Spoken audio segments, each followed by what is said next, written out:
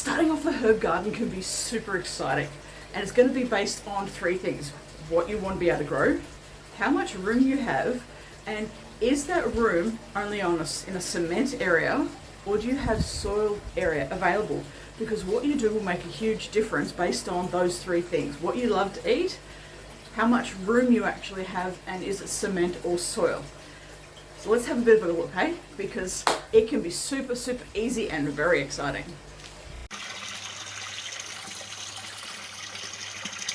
Now, if you're like me and you don't have much of a soil area, you could be thinking, okay, a wicking bed. And wicking beds are fantastic. I don't have a YouTube video about that yet, but I have recorded some. But any type of garden that you do, no matter what it is, you're going to have costs. So if you look at your costs, what it's going to cost you to set it up, but also to maintain it before you buy anything. It's the biggest mistake people make. They jump in, they go, oh, I'm going to buy that, and make this, and do this. And before you know it, you're going to be spending a lot of money that you probably don't need to spend. Just saying, you don't need to spend it. Now, I'm someone who, I don't have soil areas, so I have wicking beds, but I also have aquaponics systems.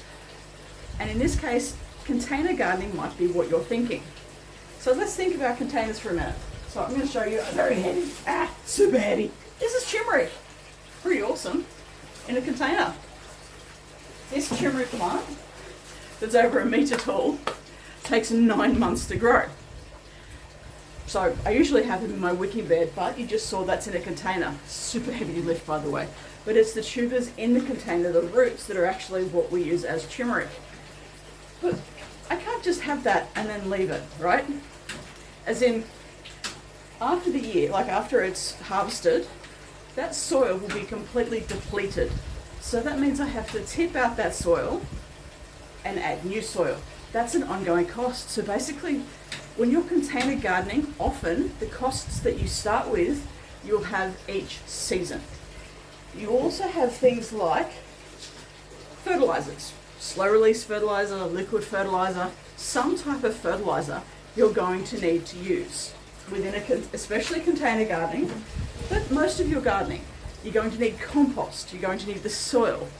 And if you're building a wicking garden, so that's a very large raised bed, but it's got generally at least 50 centimeters deep, has a reservoir of water at the bottom, usually with gravel there, and the water then wicks up and keeps it nice and, nice and liquid, nice and damp for the plants. But you're going to have costs associated with that too.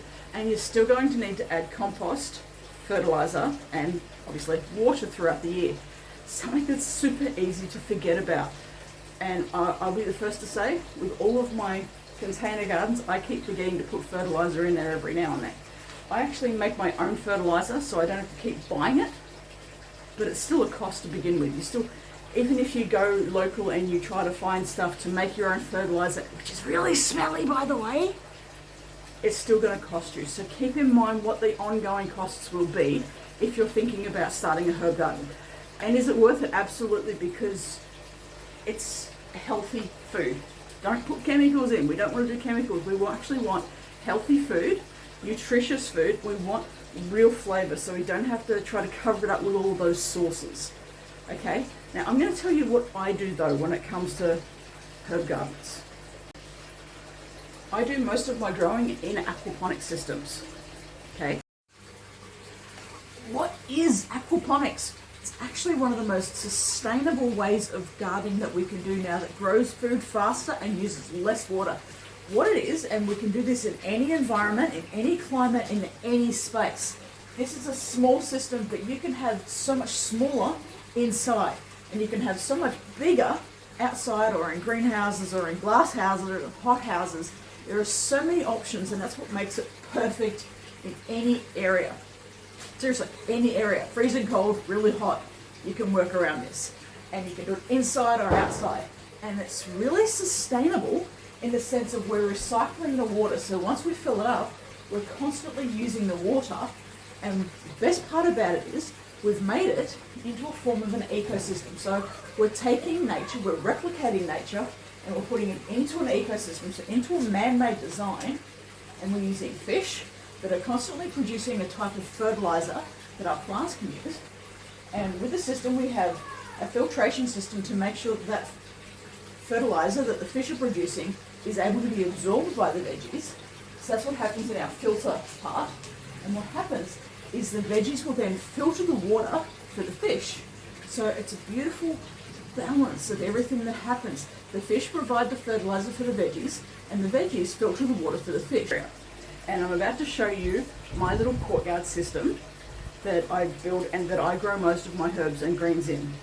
Super simple, easy. Here's the thing, before I show you how it works and how I even build it, before I show you that, once you have that setup cost paid for and done, this costs me $10 a year to run. That's the only ongoing cost here. So I don't have to keep buying fertilizer or making fertilizer. It's already happening. A small aquaponics system means that you have constant water, constant fertilizer in your system already. You need to feed the fish, and I think that part goes into my shopping bill for the fish food, which is $5 every month, if that. But the water pump itself costs me $10 a year to run, and I've even got videos showing you how you can work out how much the cost of a water pump for a small courtyard system actually is, so you don't have to just take my word on it. And no matter what size aquaponics system you build, you can work out what the costs are.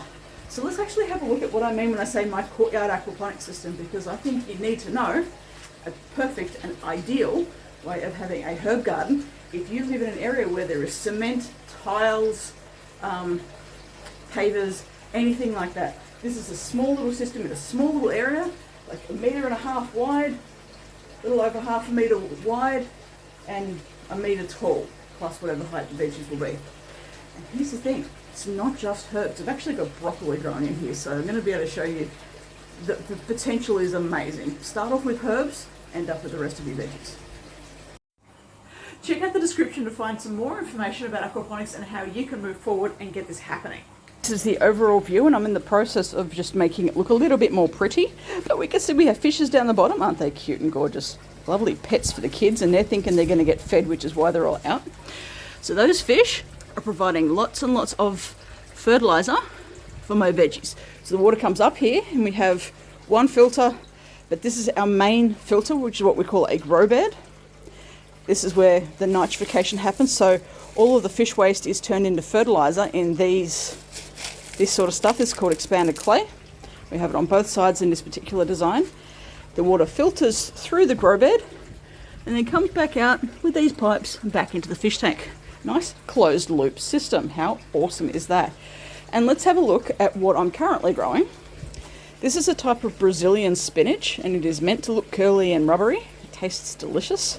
We can see I've got a little coriander plant there, another little coriander plant here. I have broccoli growing, yay, yummy. I have snow peas growing. So it doesn't just have to be herbs, but it's perfect to start off with your herbs. I have some spring onions, awesome. Again, we have more snow peas. I've just planted out my gerbera here, and I did it in a really hot day, and it's killed the actual flowers, but we'll be able to see the seeds from here. Will go in and they will regrow. The plant itself isn't died though, it was just too much sun on the flowers themselves at the wrong time of day. I have a tiny little broccoli plant, again more coriander, cilantro, and I even have an ornamental, what we call string of dolphins succulent here. That is a very small little aquaponic system. So why don't I help you build this? I think that sounds pretty cool. I'll show you how easy it is to build this little system.